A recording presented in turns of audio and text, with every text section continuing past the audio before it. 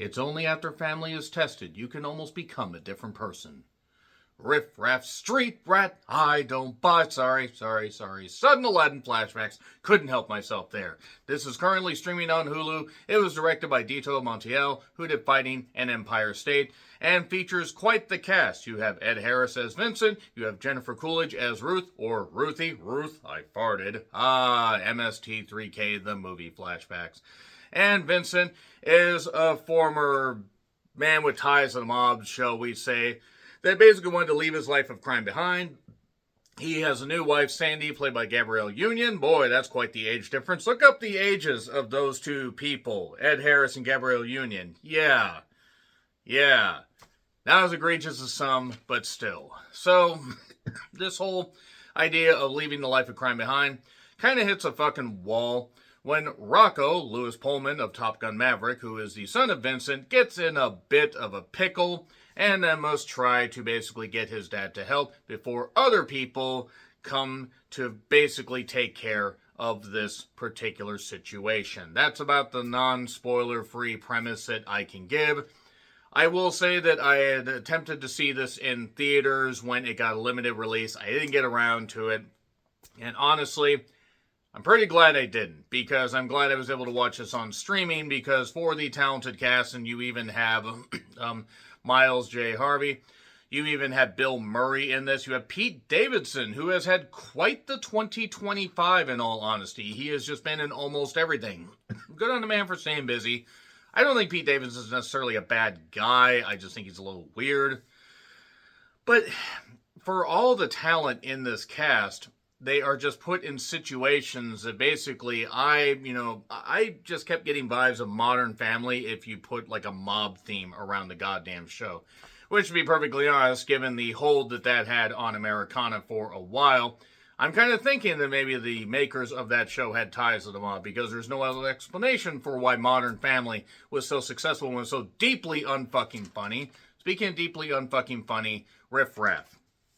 And while I didn't expect much and it is very low-key, and there are a few moments that I guess could be considered okay, it's also extremely repetitive and doesn't really end up amounting to much, doesn't utilize his talent very well, and ends up just having a malaise over it. Basically just ends up having just kind of a feel to it. So if you want to check this out, you can. It's on Hulu. I'm going to get into spoilers, so 3, 2, 1, and there you go, spoilers. So, yeah, they're having a family reunion. It's around Christmas. And not wear the hat, because this movie does not deserve the hat. And we just get slammed right into the title and the credits. And then Lonnie, played by Pete Davidson, talks to Lefty, played by Bill Murray.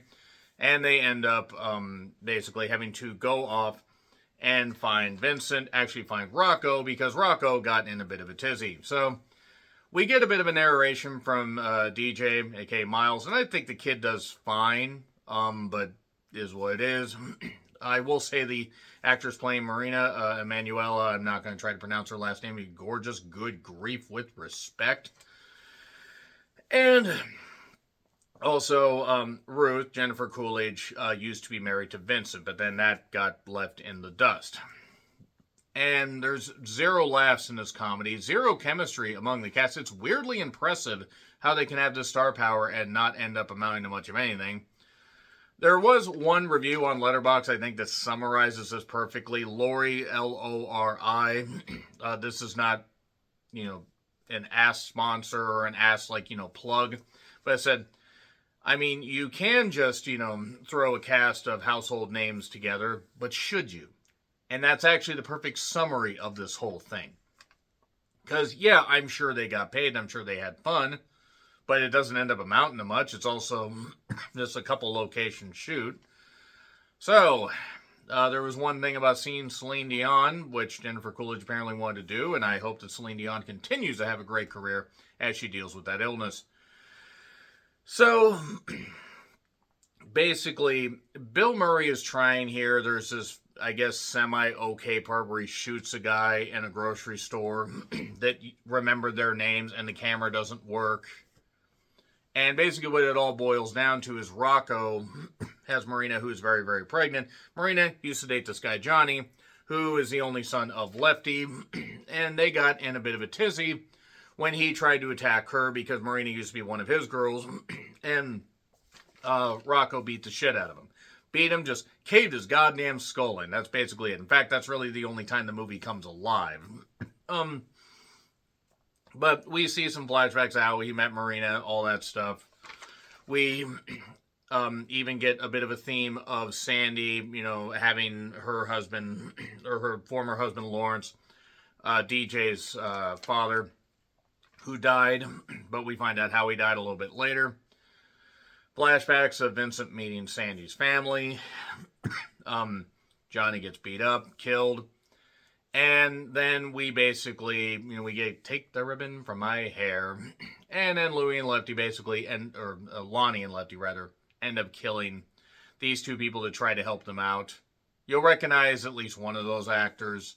I'm not going to get into like a long dissertation about this movie because it doesn't deserve it. And this is just deeply unfunny. This third act is not good. And it's only like 92 minutes before the credits start rolling. And it drags. So they basically Lefty and Lonnie end up getting to the house. And the idea is they're going to take the family out one by one, but maybe let one of them live. And all this boils down to is Lawrence was a serial cheater. That is something that he mentioned to DJ earlier on. And Sandy wasn't happy that her son found out about that. But it is revealed that Vincent paid that man a visit because I guess he knew Sandy, or saw Sandy and saw she deserved better. And beat the guy, hit him hard, but then he hit his head on the goddamn, dresser drawer in the seedy room by the Hour Motel. And that was it. I mean, I'm sorry, if you're going to cheat on Gabrielle Union, you have a lot of issues, but he ends up ends up being revealed as to the big twist besides the stuff with Johnny. So Lonnie is going to do the killing of Ruthie. He shoots her in the back because she made him some really nice pasta. Ziti, I think is what it was. And then they're going to take care of Rocco, but he wants to take his time with Rocco, Lonnie does, because Lonnie revealed a lot of stuff about himself, and now he's like, oh, you said stuff about me that was personal, now I'm going to kill you. So Ruthie had a knife that she was going to use but didn't get a chance to use because she got shot in the back. But she comes back to life just long enough to basically hack Lonnie. He shoots her in the head or in the face because she's alive. Later, you find that out. And Lonnie ends up getting killed. And then it's revealed the stuff about DJ's dad. DJ's possibly going to shoot Vincent. Ends up shooting Bill Murray. They all shoot Bill Murray. Sandy's upset and going to shoot Vincent because of all that stuff. And then Ruth ends up shooting Vincent because she used to be his wife and whatever. It's fine. I hate it. And Marina ended up having the kid. And then I guess everybody's happy healing from their wounds. And Vincent is happy that he has his new... The more I think about this film, the more I hate it. Because it wastes such what should have been a funny premise. It was a pretty great cast. And just isn't funny. It's not a good dark comedy. It's not a good subdued comedy. It's not a good deadpan comedy. It's barely a movie. It's barely a concept. Anyway, F gets an F. Agree, disagree, what I said, like, share, subscribe, Twitter, Letterboxd, Blue Sky handles in the description. I'm John Rentlin. Until we riff raff again, happy trails to you.